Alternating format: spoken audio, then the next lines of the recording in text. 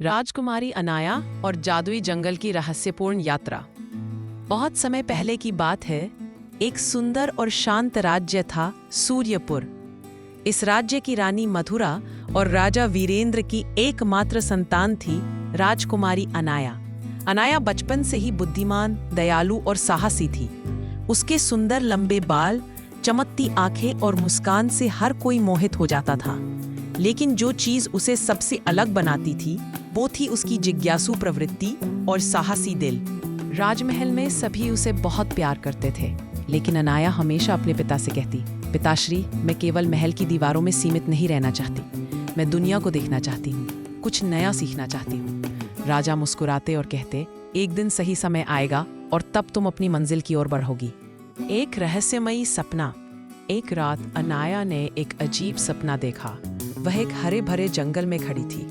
एक जादुई पक्षी उससे कह रहा था, राजकुमारी, तुम्हारा भाग्य इस जादुई जंगल से जुड़ा है। वहाँ एक रहस्य छिपा है जिसे केवल तुम ही उजागर कर सकती हो। जब अनाया की नींद खुली, वह बेचैन हो गई। वह जानती थी कि यह केवल सपना नहीं था, बल्कि एक संकेत था। साहसिक यात्रा की शुरुआत। सुबह होते ही अनाया ने अपने माता पिता को अपने सपने के बारे में बताया। रानी चिंतित थी, लेकिन राजा वीरेंद्र ने बेटी की आंखों में जुनून और साहस देखा। उन्होंने कुछ सैनिकों और सेविकाओं के साथ अनाया को जंगल की ओर रवाना किया। अनाया ने अपने घोड़े वज्र पर सवारी की और जंगल की ओर निकल पड़ी। जादुई जंगल में प्रवेश। जैसे ही उन्होंने जंगल में प्रवेश किया, हवा की खुशबू बदल गई। पेड़ फुसफुसा रहे थे, फूल गुनगुना रहे थे और एक अजीब सी चमक हर तरफ बिखरी हुई थी। जंगल में चलते चलते अनाया को कई चमत्कारिक दृश्य दिखे। बोलते हुए जानवर, झील में चमकती मछलियां और पेड़ जो रास्ता खुद खोलते थे। लेकिन हर चमत्कार के साथ चुनौतियां भी थी। एक जगह उन्हें भयंकर झाड़ियों ने घेर लिया जो अपने आप हिल रही थी। अनाया ने अपनी तलवार निकाली, लेकिन तभी एक नन्हा खरगोश आया और बोला, राजकुमारी, ताकत से नहीं, बुद्धि से काम लो। अनाया ने ध्यान से देखा। झाड़ियों के बीच एक रत्न जड़ा पत्थर था। उसने वह रत्न छूते ही झाड़ियां हट गई। जादूगरनी अरवाना। जंगल के भीतर उन्हें एक रहस्यमयी गुफा मिली। गुफा में एक जादूगरनी थी, अरवाना, जो वर्षों से उस जंगल पर राज कर रही थी। अरवाना ने अनाया को देखते ही कहा, तुम वही हो जिसे इस जंगल की रूह ने बुलाया है। तुम्हारे पास वह हिम्मत है जो इस जंगल की मुक्ति का कारण बनेगी। अरवाना ने बताया कि वर्षों पहले एक लालची राजा ने जंगल की शक्तियों को कैद करने की कोशिश की थी। जंगल ने स्वयं को बचाने के लिए जादुई शक्ति को छिपा दिया और एक भविष्यवाणी की, एक दिन एक साहसी राजकुमारी आएगी जो प्रेम, करुणा और बुद्धिमत्ता से इस शक्ति को पुनः जागृत करेगी।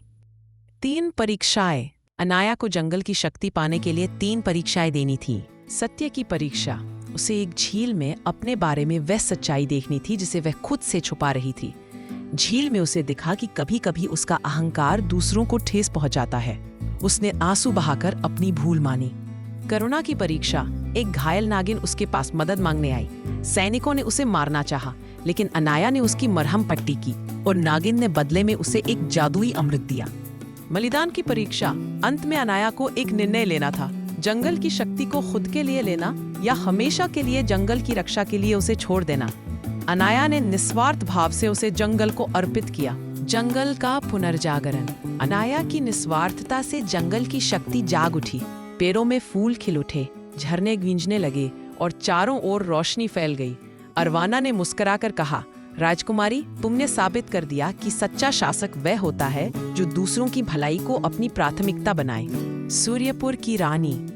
जब अनाया सूर्यपुर लौटी, वहाँ जश्न का माहौल था। राजा वीरेंद्र ने गर्व से कहा, अब यह राज्य तुम्हारा है, क्योंकि तुमने साबित किया कि तुम केवल राजकुमारी नहीं, एक सच्ची रानी हो। अनाया ने राज्य संभाला और अपने ज्ञान, करुणा और साहस से सूर्यपुर को समृद्ध बना दिया। सीख। यह कहानी हमें सिखाती है कि सच्चा नेतृत्व शक्ति से नहीं, बल्कि सेवा, त्याग और करुणा से प्राप्त होता है।